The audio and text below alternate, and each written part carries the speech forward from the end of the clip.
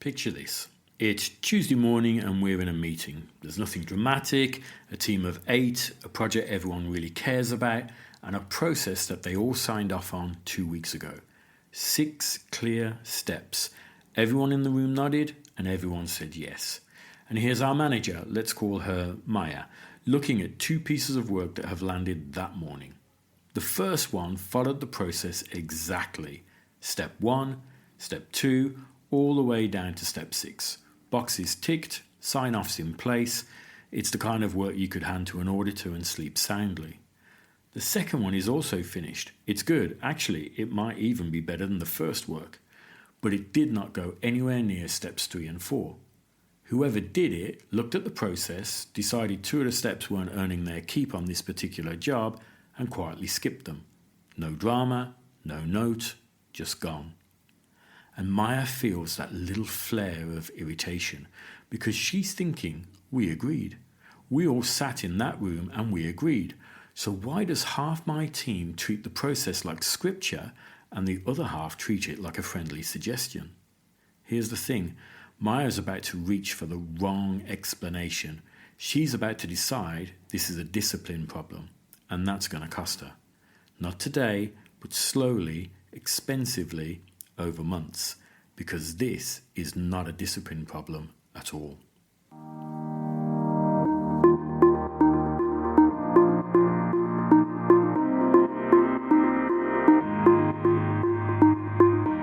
I'm Brendan Quinn, and this is Cultural Friction. 20 minutes or thereabouts, one real problem and what you can actually do about it. Today, what to do when half your team follows the process to the letter and the other half treats it as a rough guide, and why the usual fixes make it worse. Okay, so let's split these into 2 camps because we already know these people. Let's call one of them Dan, and let's call the other one Lena. So Dan, he did the work that followed all the steps, and Lena, she did the work that skipped steps 3 and 4. So on one side, you've got your rule followers, that's Dan. To them, the process is the point. You agree to it, so you do it, all of it. Skipping a step isn't a clever shortcut, it's breaking your word. When they see a colleague deliver work that skips steps 3 and 4, they don't think, oh, that's efficient. They think, that's sloppy, that's unprofessional, even a little bit disrespectful. Because in their world, we all made a promise, and one of us just decided the promise didn't apply to them. On the other side, you've got your improvisers. That's Lena. So to them, the process is a tool. It exists to get to a good outcome. And on this job, steps 3 and 4 weren't adding anything, so, obviously, she dropped them, and she got faster results. When Lena hears that someone's annoyed she skipped a couple of steps, she's genuinely baffled. The work's done. It's good. What exactly is the problem here? To her, insisting on every step, regardless of whether it helps, looks like box ticking. It's rigid, it's bureaucracy for its own sake. And here's what's really going on underneath, the part that nobody says out loud. Both sides think this is about character. Dan has quietly decided that Lena is a bit unreliable, she's a bit cavalier, she's not quite a team player. Lena has quietly decided that Dan's a bit of a job's worth. Can't see the wood for the trees, more interested in looking correct than being useful. They're both being completely professional by 2 different definitions of the word professional. And that's the collision.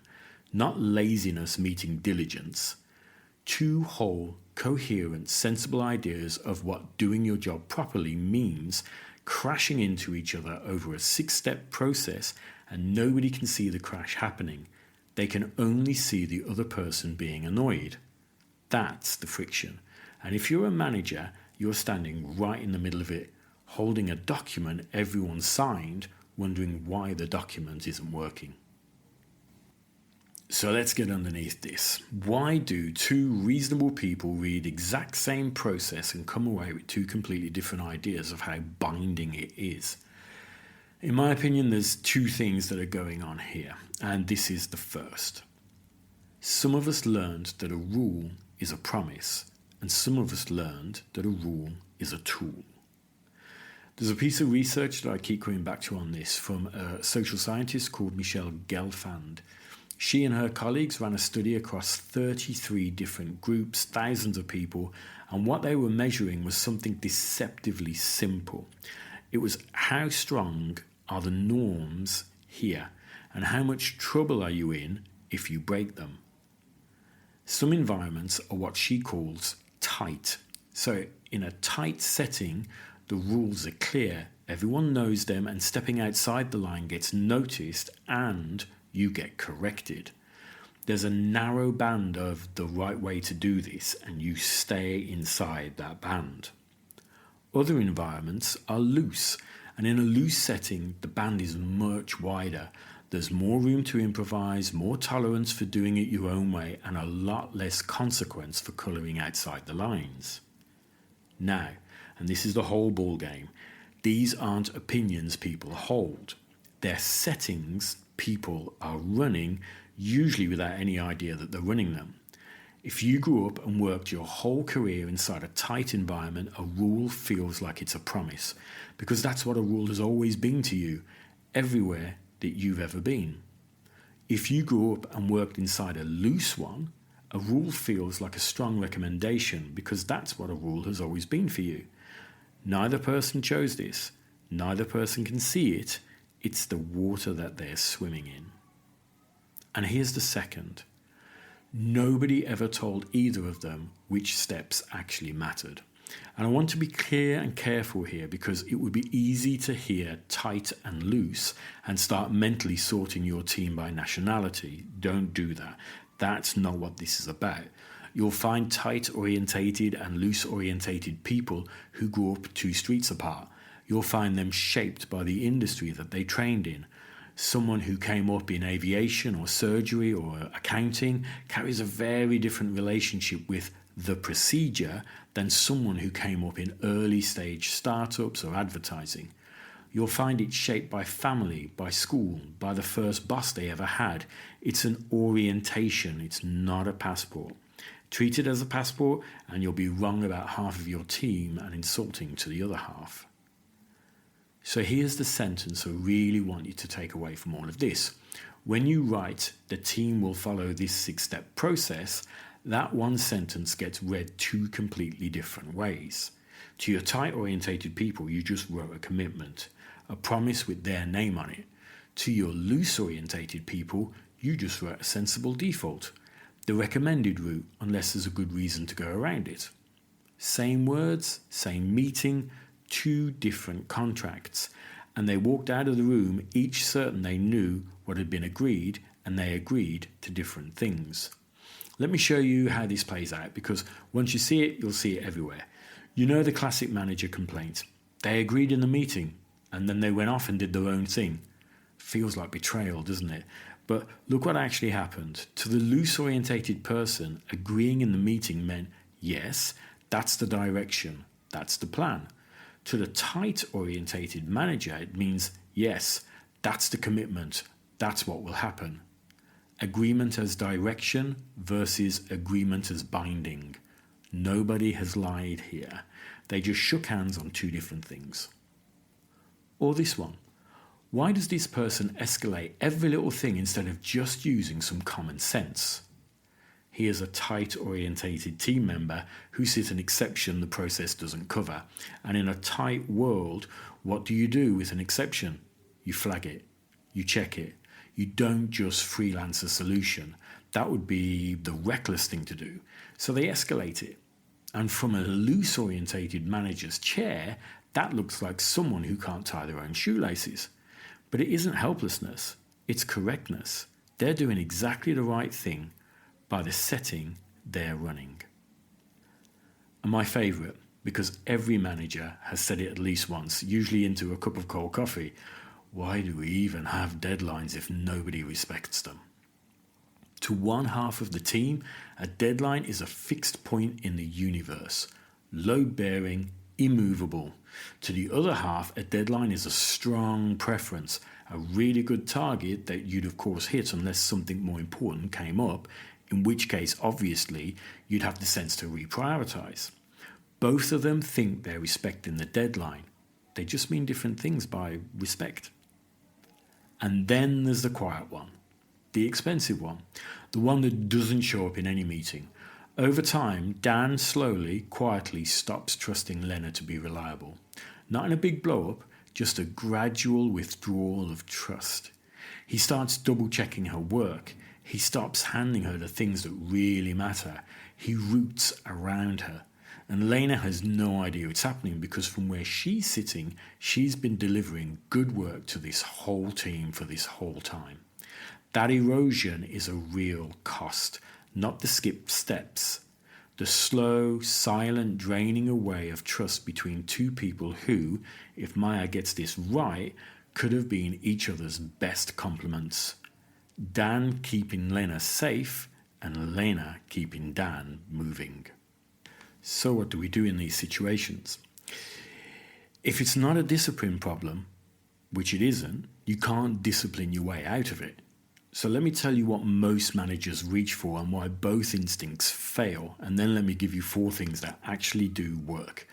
The first instinct is this: enforce harder, crack down. The process is the process, and from now on we follow it, all of it, no exceptions.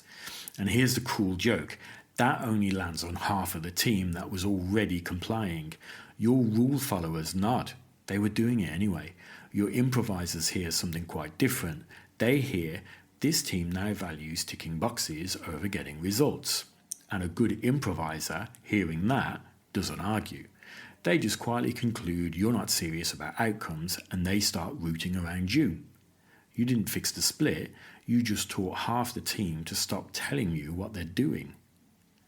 The second instinct is the opposite: loosen everything. Let's not be bureaucratic. Use your judgment. We're all adults. And now your loose-orientated people are delighted and your tight-orientated people are quietly panicking. Because to them, the absence of clear norms doesn't feel like freedom. It feels like risk.